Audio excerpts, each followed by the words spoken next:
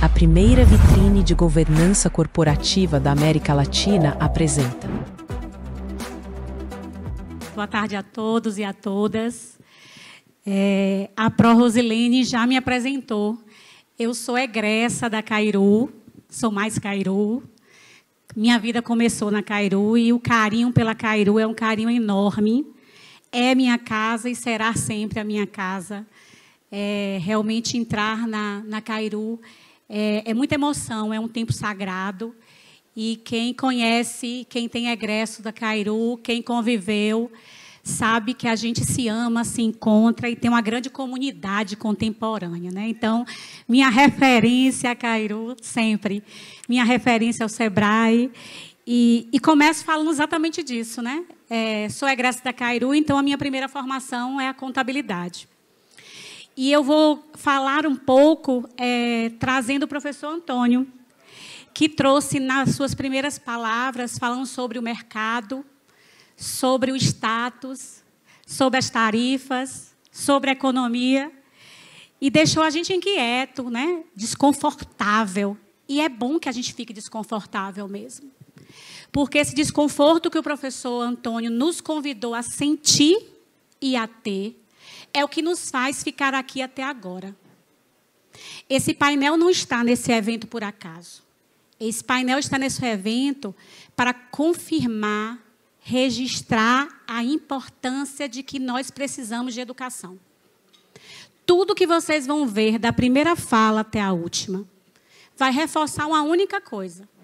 Que se a gente não parar, seja 1 minuto, 2 minutos, 3 minutos, uma tarde inteira, e começar a pensar cada vez mais sobre o que somos, sobre o que temos, sobre o que podemos ser e o que queremos construir, não seremos esse país desenvolvido que nos tirará lá de baixo e chegará a isso. O professor Antônio cutucou minha cabeça toda e deve ter mexido com a minha ordem de fator, viu? Porque ele me faz me perguntar como nós vamos combater tudo que nós estamos vivendo agora. E, no final, durante a palavra dele, ele disse assim, a solução não está na política. E aí, outro lado de Rosilene disse, está na sabedoria. Está no conhecimento. Então, nós precisamos, gente, nós precisamos parar e entender que não faz sentido a gente estar vivendo o primeiro job em Salvador só agora. Não faz sentido um grupo vir lá do Sul, a Lorena, a Renata dos Estados Unidos, se reunir durante esses 4 meses. Quando chegou hoje, eu disse assim, ei, Lore, chegou o dia, né? Porque a gente já vem conversando sobre isso.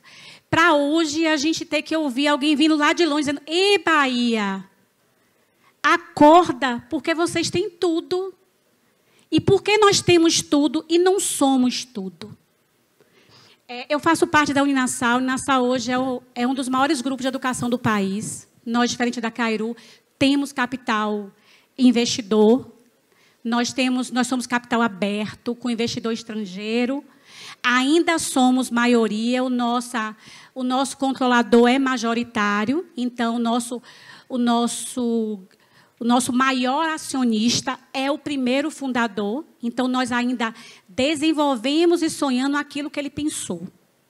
Então, nós ainda podemos sonhar e realizar o que acreditamos, independente do caminho econômico que venha a acontecer. Então, nossos projetos ainda batem no coração forte, ainda fala da identidade, traz o território, porque ele ainda quer falar com alguém. Ele não quer só falar com a economia, com o resultado. Mas como fazer parte de um grupo grande e continuar tendo identidade? Como sentir a dor que a Rosilene sente, que a Cairu sente, que as outras faculdades sentem, mesmo sabendo que a gente tem um investidor? Porque a dor é a mesma. Gente, a mesma tempestade que vocês estão, nós estamos. A diferença é que eu estou num barco, Rosilene está em outro barco e outros estão em outro barco. Mas todos nós somos empresa. Então, eu queria convidar primeiro vocês a me enxergar, não como universidade primeiro, como uma empresa. E como contadora, e a contabilidade me faz falar isso de forma muito tranquila, todas as partidas são dobradas, todo débito tem um crédito. E o princípio começa na entidade. Então, significa dizer que para a gente entender que o negócio é isso, eu preciso entender as formas de uma forma simples. Não a simplicidade do simples, que é a minha área tributária, mesmo eu brincando que pai de sofrer agora, né, do podcast. Mas, efetivamente, da simplicidade entender que é isso mesmo, gente. E que nós precisamos tirar o monstro que quer nos assustar, passar por ele, mergulhar no conhecimento e entender, é isso aí, está chovendo mesmo, está difícil mesmo, e o que eu faço para sobreviver? Que metodologia, que ferramenta, que estrutura, o que eu vou fazer? Eu preciso parar com isso. Não faz sentido eu encontrar o professor Milton hoje, que tem anos que eu vejo, professor queridíssimo, e dizer a ele, professor, estou preocupada com a educação, e eu estou preocupada com a educação. O jovem não quer mais estudar, gente. Eu tenho um filho de 16 anos, eu fui fazer uma ação numa escola grande aqui, e quando eu pedi para levantar a mão, quem já sabe com certeza o que quer ser, levanta a mão, 1, 2, 3. Roubaram o quê? Nossos sonhos. Tiraram o quê da gente? Realmente precisa alguém vir lá do sul para me dizer, Bahia, você tem tudo. Você tem tudo. Mas você não entendeu que esse tudo só vai se realizar no dia que você tomar posse de quê? Do conhecimento. Então, quando eu falo sobre isso, eu trago a Nassau não como uma instituição de capital aberto, que isso, que aquilo. Eu trago a Uninassau como uma empresa grande, que são mais de 60 unidades no país. Nós somos o 4º maior grupo de educação do país, o primeiro Norte e Nordeste, e que ainda assim sofre, sente dor, fico sem dormir, não consigo acordar direito, faço conta, eu meço tudo. A governança, para mim, gente, não é obrigação, não, é sobrevivência. O convite hoje não é escolher fazer, é fazer. Seja no tamanho macro ou mínimo. Eu dei aula há muitos anos para administração, né? E eu ficava me perguntando, o professor, conversava muito com o professor Milton, meu Deus, será que eu só formo administrador da Ford? Eu sou contador e sou a reitora da Uninassau. E por que não está no meu lugar um administrador? Por que quando eu pego meus 70 diretores de unidades e reitores, a maioria não é administrador? Eu tenho um biomédico, dentista, economista, pedagogo. O que está acontecendo? Então, eu me perguntava, eu estou formando teorias da administração para a grande empresa, ou eu estou conseguindo traduzir esse linguajar para que o menino da mercearia, que a Carol convidou a gente a conhecer, a mulher da loja, do artesanato, ela possa entender que ela pode ter governança, sim. Ela pode ter governança, sim. Talvez ela não tenha a técnica, a ferramenta, a metodologia, mas ela vai ter. Porque governança é princípio, procedimento, é conhecimento, ideologia, forma, é concepção, é escolha. E sabendo disso, a gente se pergunta todo dia dentro de uma universidade grande, de uma matriz curricular unificada, que as pessoas dizem, não, num grupo grande de educação, tudo é igual, a mesma aula que dá no sul, dá no norte. Não, minha gente. A mesma aula que dá na UNAMA, que é marca igual a minha, não é a mesma que dá na UNG, em São Paulo, que não é a mesma da Uninassau, em Salvador, muito menos a mesma de Vilhena, lá em Rondônia. Não é a mesma, sabe por quê? Porque cada unidade ela é obrigada a encontrar a sua identidade.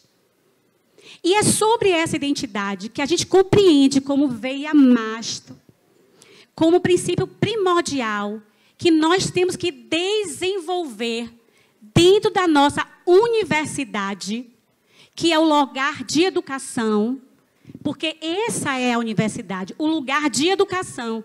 Mesmo que a minha marca seja diferente, Cairu, Uninassau, Unifax, seja ela qual for. Mas a universidade é o templo sagrado da educação. E lá, a gente precisa pegar este jovem, seja ele de qual idade for, porque a geração mudou, a geração 40 a mais resolveu voltar para a universidade, seja porque o mercado obrigou, seja porque agora deu tempo, mas ela está. E essa geração começou a compreender que o mercado de trabalho hoje determina o desenvolvimento profissional. E lá nós chamamos isso de trabalhabilidade. O que é trabalhabilidade? Trabalhabilidade é todo o esforço e a busca incansável de gerar renda e valor, independente da sua forma de vínculo. Por que só falar de empregabilidade?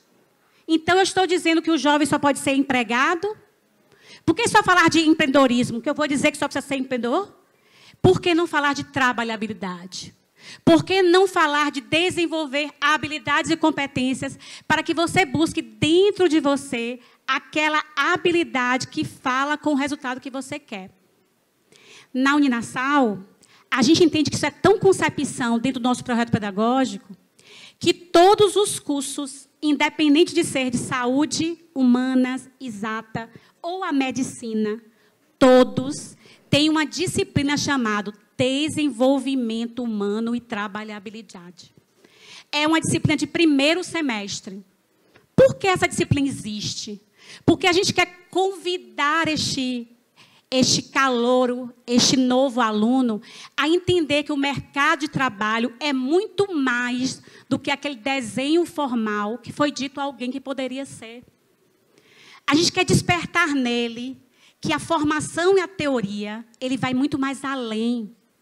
Porque a gente cansou de ouvir dizer que fulano formou em não sei o quê e está desempregado. Que o curso não sei o quê não serve para nada. Que a profissão não sei o quê não dá para nada. E será que o problema está na profissão? Está no curso? Ou está na escolha equivocada daquela habilidade e competência que eu tenho ou que o mercado quer? Quando me perguntam, Cecília, e se escolhe o curso pelo mercado ou pela vocação? Eu sempre respondo pelos dois. Nenhuma coisa, nem outra. Porque eu também não posso deixar de entender que o mercado determina o futuro. A pergunta é, eu estou pronta para ele? E é por isso que nós estamos aqui hoje. Para entender que nós precisamos compreender que mercado é este, que economia é esta, que taxação é esta, que evolução é esta, que oportunidade é esta. Para transformar cada indicador desse em resultado, resultado em informação, informação em oportunidade. E é justamente essa oportunidade que vai fazer você desenvolver em você habilidades e competência em busca de valor e renda, produzindo de forma associativa o desenvolvimento do indivíduo. Não só o desenvolvimento físico, intelectual, mas o emocional, mais humano. Então, a universidade, seja ela qual for, e neste caso, já que o case é da Uninasal, ela precisa e ela está todos os dias perguntando que egresso eu preciso entregar para o mercado. Esse é o convite. E mercado, escute, que egresso vocês precisam ter. A universidade, gente, é reflexo de vocês. Tomem posse disso. Nossa matriz curricular, ela altera toda vez que o mercado muda. Enquanto a gente não perceber isso, a gente não vai conseguir conquistar o mundo.